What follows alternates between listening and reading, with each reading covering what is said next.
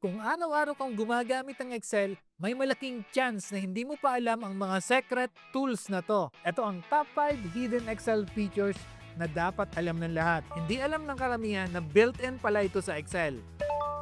Nagtatype ka pa rin ba ng data ng paisa-isa sa Excel? Mali ang ginagawa mo. Ito ang table natin na may first name, middle initial, last name at age. I-click lang ang kahit anong cell sa table. Ngayon, pindutin ang Alt plus D plus O.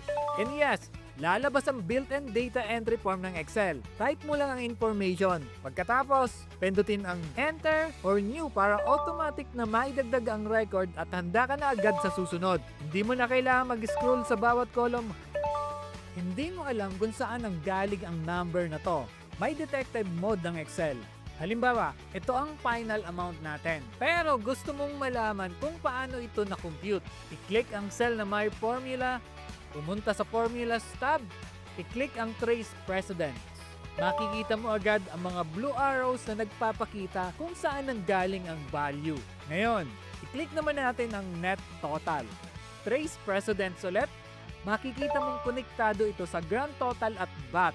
Kapag ginurit mo pa sa Grand Total, makikita mo naman ang lahat ng item totals na bumubuo nito. Pero kung gusto mong malaman kung saan ginagamit ang isang value, i-click ang Quantity. Pagkatapos, piliin ang Trace Dependence. Makikita mo ang buong chain ng formulas na naaapektuhan kapag binago mo ang value na yon. Kapag tapos ka na, i-click lang ang Remove Arrows para malinis ulit ang worksheet. Paano kung sabihin mo lang sa Excel ang target mo? Tapos, siya na ang bahala sa computation.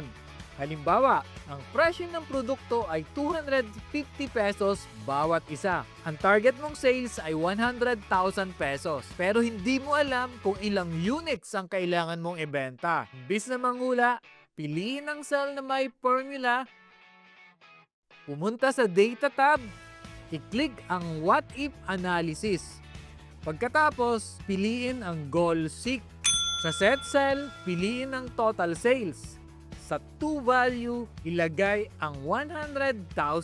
Sa By Changing Cell, piliin ang Unit Sold. Click ang OK. And yes, automatic kung kakalkulahin ng Excel kung ilang units ang kailangan mong ibenta para maabot ang target.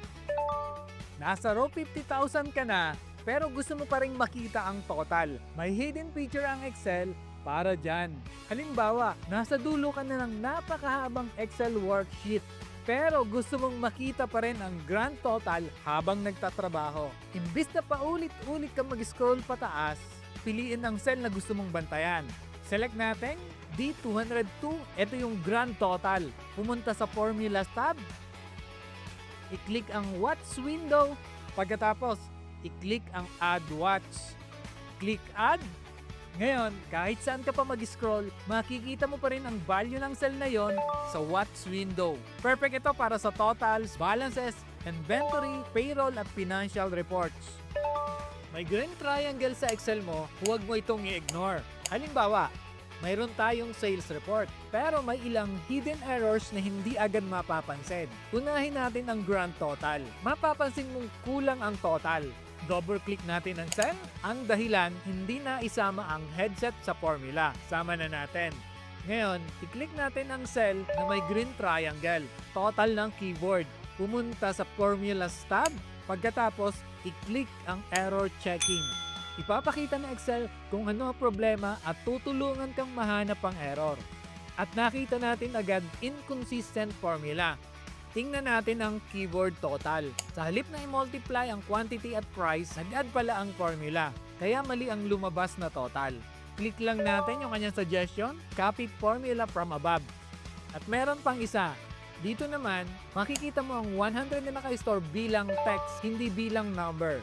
Kapag naayos mo na ang errors na to, mas magiging accurate ang buong worksheet.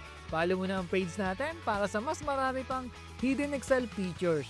Kung gusto mong ma-download ang lahat ng sample files na ginamit natin, comment lang ng top 5 at ipapadala ko sa'yo.